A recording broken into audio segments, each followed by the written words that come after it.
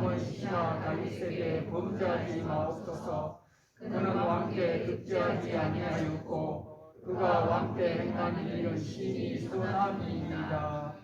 그가 자기 생명을 아끼지 아니하고 블레셋 사람을 죽였고 여호와께서는 온 이스라엘을 위하여 큰 구원을 이루셨으므로 왕이 이를 보고 기뻐하셨거늘 어찌 까닭 없이 다윗을 죽여 무죄한 피를 흘려 범죄하려 하시나이까.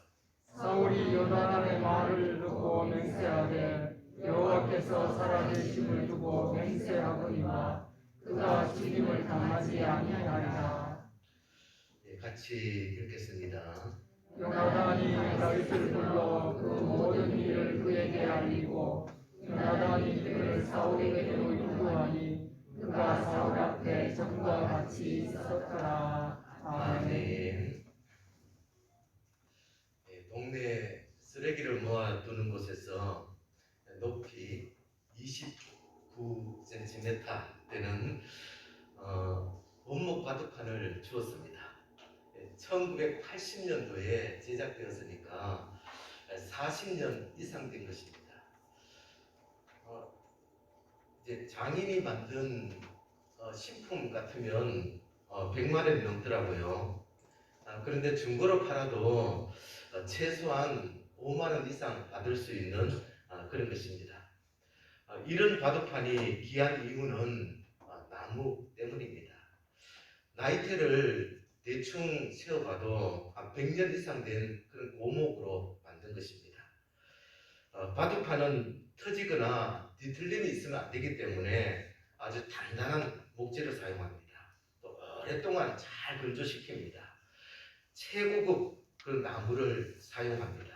그래서 귀한 것입니다. 그런데 누군가가 그냥 버린 것입니다. 이 귀한 걸 내다 버린 이유는 뭐겠습니까? 중고로 팔아도 5만 원 이상 받을 수 있는 그런 건데 그냥 내버린 이유가 뭐겠습니까? 아마도 집에 굴러다니는 애물단지처럼 취급받았기 때문에 버린 것 아니겠어요? 아무런 가치도 없는 그런 것이기 때문에 팔려고 해도 아무도 안 산다 이런 생각을 가졌기 때문에 버린 것 아니겠습니까? 여러분, 오늘은 가정주일인데 여러분들의 가정은 어느 정도의 가치를 가지고 있다라고 생각하십니까?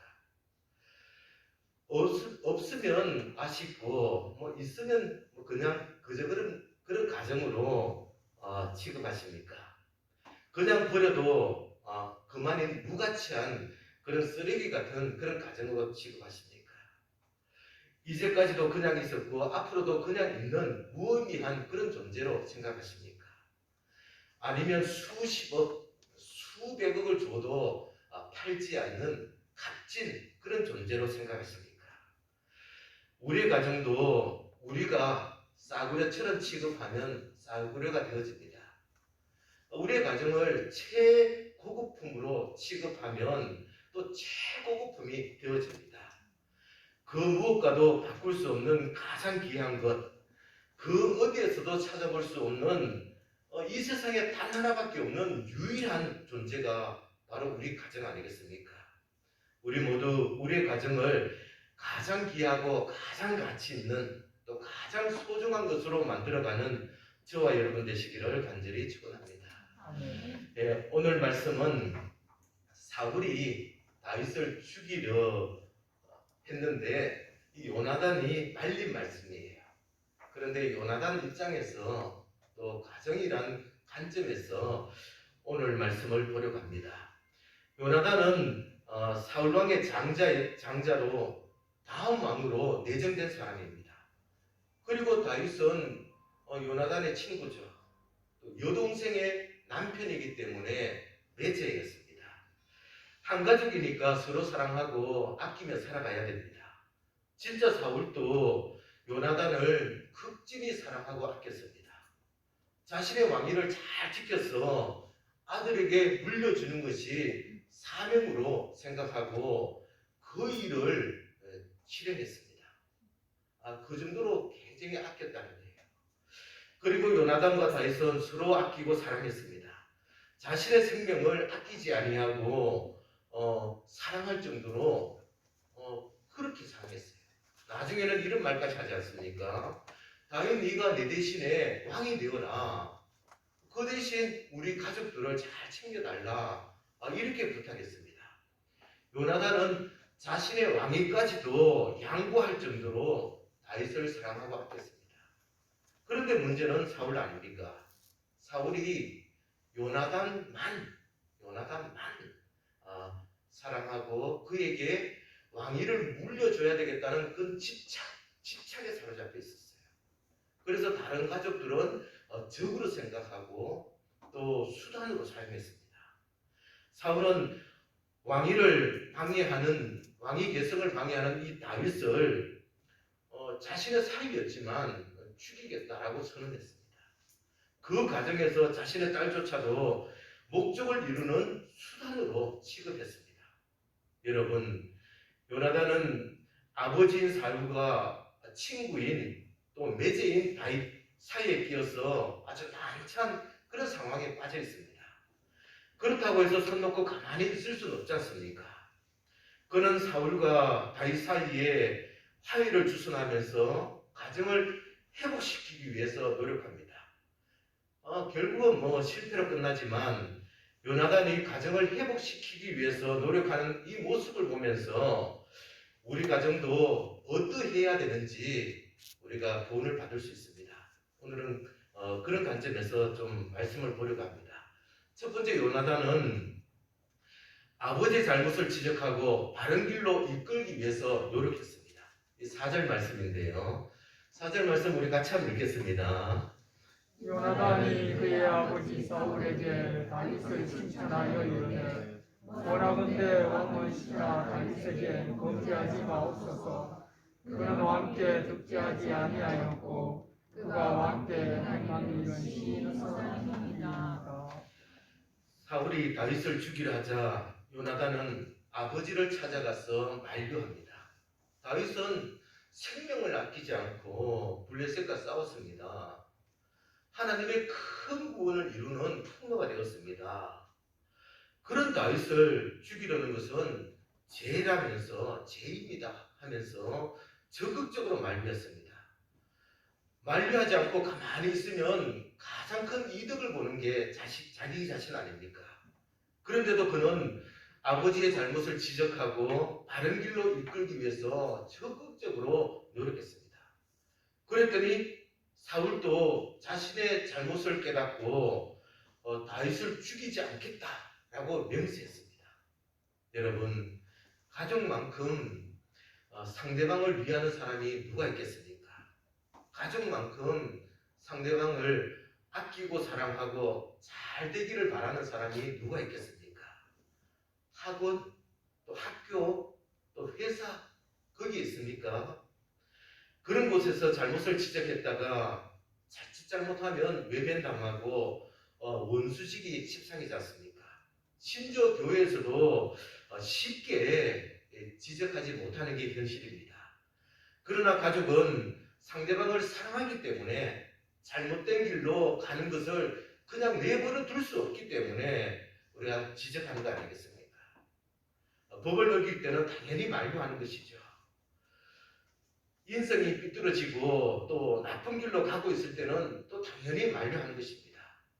믿음이 무너지고 약해질 때도 심각하게 생각하고 당연히 잘못을 지적하고 바른 길로 이끌어주고 있습니다. 이제는 잘못을 지적하고 바른 길로 이끌어줄 수 있는 곳이 우리 가정밖에 없다 이렇게 생각하시고 가정에서 적극적으로 나서야 된다라고 생각되어집니다. 이 요나단은 아버지의 잘못조차도 지적하면서 바른 길로 이끌었습니다. 우리들도 자녀들 또 우리 가족들 혹시나 잘못된 길로 또 믿음이 약해지는 곳으로 빠져가고 있다면 그것을 지적하고 바른 길로 이끌어 가야 합니다. 두 번째는 요나단은 다윗을 위로하고 치유하고 회복시켜 나갔습니다. 7절 말씀 우리 같이 한번 읽어보겠습니다. 요나단이 다윗을 불러 그의 모든 일을 그에게 알리고 요나단이 그를 사울에게로 인도하니 그가 사울 앞에 전과 같이 있었더라. 아멘. 여러분, 만약 다윗이 요나단이 없었다면 사울의 견제와 핍박을 견딜 수 있었겠습니까? 저는 없었다라고 생각합니다. 요나단이 친구가 되어주고 위로해주고 또 치유하고 회복시켜 주었기 때문에 이 왕의 견제와 핍박을 견딜 수 있었습니다. 요나단과 함께 나라와 민족을 위해서 하나님을 위해서 꿈꾸고 이루어가려고 노력했기 때문에 왕궁을 떠나지 않고 견딜 수 있었습니다. 여러분, 이 세상에서 우리를 위로해 줄 사람은 누가 있겠습니까? 우리의 마음을 치유하고 회복시켜 줄 사람은 누가 있겠습니까? 같이 놀고 같이 어울리는 친구, 또 같은 공간에서 일하는 동료들, 그런 분들이 여러분들을 위로하고 여러분들의 마음을 치유하고 회복시켜 주십니까? 물론 그럴 수도 있습니다. 하지만 일시적이지 않습니까? 감기가 좋을 때는 충분히 그렇게 해줍니다. 하지만 소원해지고 반대자가 되어질 때는 오히려 괴롭히고 상처 주는 자로 바뀌어버리지 않습니까? 그러나 가족들은 힘들고 어려울 때 가장 힘들고 어려울 때 우리가 가장 생각나는 것이 가족이고 또 가정 아니겠습니까? 힘들고 어려울 때 우리가 고향 가서 또 부모님 집에 머물러 있으면 그곳에 간다 해도 도와주지는 않습니다. 해결책을 제시해 주지도 않습니다. 그냥 집에 누워있고 따뜻한 밥 한 그릇 먹고 오는 게 다지 않습니까? 그런데 어떻습니까? 그렇게 하는 것만으로도 우리는 위로받지 않습니까? 치유되고 회복되지 않습니까? 따뜻한 말 한마디, 따뜻한 손길 한 번이면 천군만마를 얻은 듯이 새 힘을 얻어서 돌아오지 않습니까? 여러분, 가정은 위로받고 치유받고 회복되는 것입니다. 잘못했을 때는 따끔하게 혼내는 곳이기도 하지만 힘들고 어려울 때는 치유받고 회복받는 그런 것입니다. 가장 큰 힘을 얻고 용기를 얻을 수 있는 것입니다. 여러분, 요나단은 가족이 잘못했을 때는 사랑하는 마음으로 그 잘못을 지적하고 다른 길로 이끌었습니다. 가족이 힘들고 어려울 때는 위로하고 치유하고 회복시켜서 더 열심히 살아갈 수 있도록 밀어주었습니다. 우리도 바른 길에서 벗어날 때는 바른 길로 이끄는 과정, 지치고 힘들고 어려울 때는 치유하고 회복시켜서 새 힘을 얻는 과정, 더 열심히 살아갈 수 있도록 밀어주는 과정을 만들기 위해 최선을 다하는 저와 여러분 되시기를 간절히 축원합니다. 여러분, 저는 가정을 울타리라고 생각합니다. 가정은 혈연관계로 맺어진 울타리지 않습니까? 가정은 사랑으로 맺어진 울타리입니다. 가정은 함께 의지하고 위로하고 격려하는 울타리입니다. 한 걸음 더 나가서 하나님께서 만들어주신 울타리입니다. 가정은 하나님이 주신 기업입니다. 하나님 안에서 잘 균형하여 하나님 나라를 만들어가는 그런 기업입니다. 가정은 하나님이 주신 복을 함께 누리는 그런 울타리, 그런 곳입니다. 욥기 1장을 보시면 주께서 그와 그의 집과 그의 모든 소유물을 울타리로 두르심 때문이 아니니까 주께서 그의 손으로 하는 바를 복되게 하사 그의 소유물을 땅에 넘치도록 하셨나이다. 이 말씀은 사단이 욥을 흔들어 봤는데 흔들리지 않자 하나님께 가서 따지면서 한 말씀입니다. 하나님께서 그와 그의 집과 그의 소유에 울타리를 쳐서 지켜주셨다는 거예요. 또 그 안을 복되게 하셔서 더 풍성하게 했다는 것입니다. 그렇기 때문에 아무리 흔들어도 흔들리지 않았다는 거예요. 여러분, 우리의 가정도 이런 울타리가 있는 줄 믿습니다. 외부에서 가해지는 어떤 공격에도 흔들리지 않는 그런 울타리가 있습니다.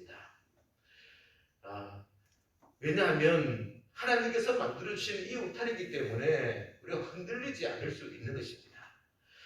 그러나 이런 울타리라도 약한 그런 부분이 있는데 그것은 바로 내부에서 안에서 공격해 오는 것입니다. 서로 미워하고 서로 반목하고 서로 힘들게 하고 서로 무관심하게 할 때는 쉽게 무너져 버리는 것이 가정입니다.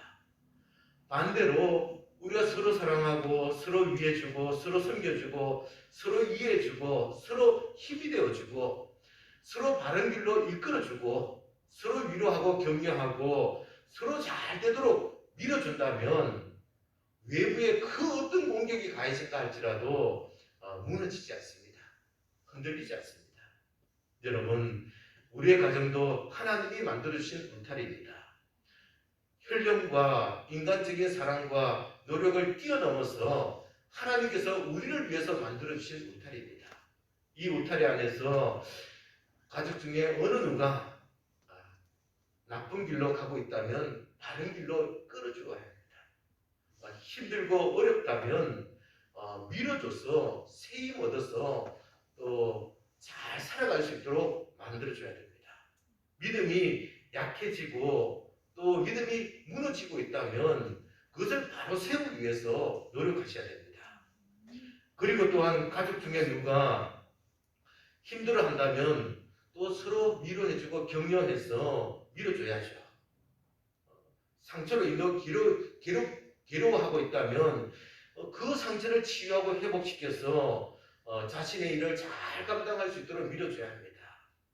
큰 꿈을 가지고 이뤄가려고 한다면 열심히 잘할 수 있도록 밀어줘야죠.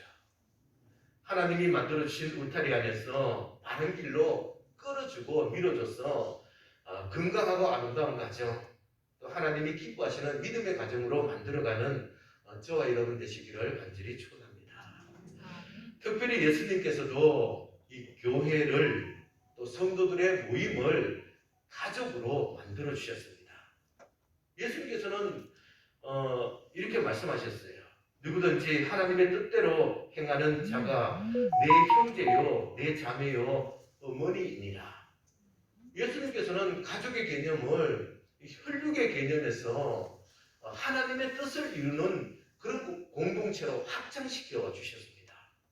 초대교회도 이런 말씀의 교훈을 받아 똑같이 또 이 가족임을 고백합니다. 에베소서 2장 말씀을 보시면 그러므로 이제부터 너희는 외인도 아니요 나그네도 아니요 오직 성도들과 동일한 시민이요 하나님의 근속이라. 하나님의 근속, 하나님의 가족이다. 이렇게 선언했습니다. 여러분, 우리 수정교회도 하나님이 만들어주신 가족이란 울타리 안에 있는 줄 믿습니다.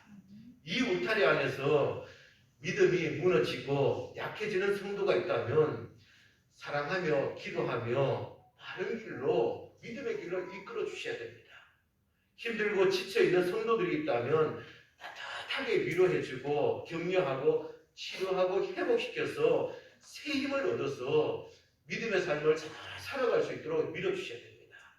그래서 우리 교회도 건강하고 아름다운 교회, 믿음이 자라나는 교회, 가면 갈수록 더 큰 일을 감당하는 교회로 만들어가는 저와 여러분 되시기를 간절히 축원합니다. 네, 기도드리겠습니다. 하나님 아버지 감사합니다. 우리가 다른 길로 가고 있을 때, 또 믿음이 약해지고 연약해졌을 때, 믿음을 떠났을 때는 우리가 적극적으로 개입하여 다른 길로, 믿음의 길로 이끌어가는 그런 삶을 살아갈 수 있도록 도와주시옵소서. 또 우리 가족 중에 어느 누가 힘들고 어려워할 때, 상처로 인하여 기도할 때는 더 열심히 기도하고 위로하고 격려하고 새 힘을 공급하여 믿음의 삶을 잘 살아갈 수 있도록 밀어주는 그런 가정이 되게 도와주시옵소서. 예수님 이름으로 기도합니다. 아멘.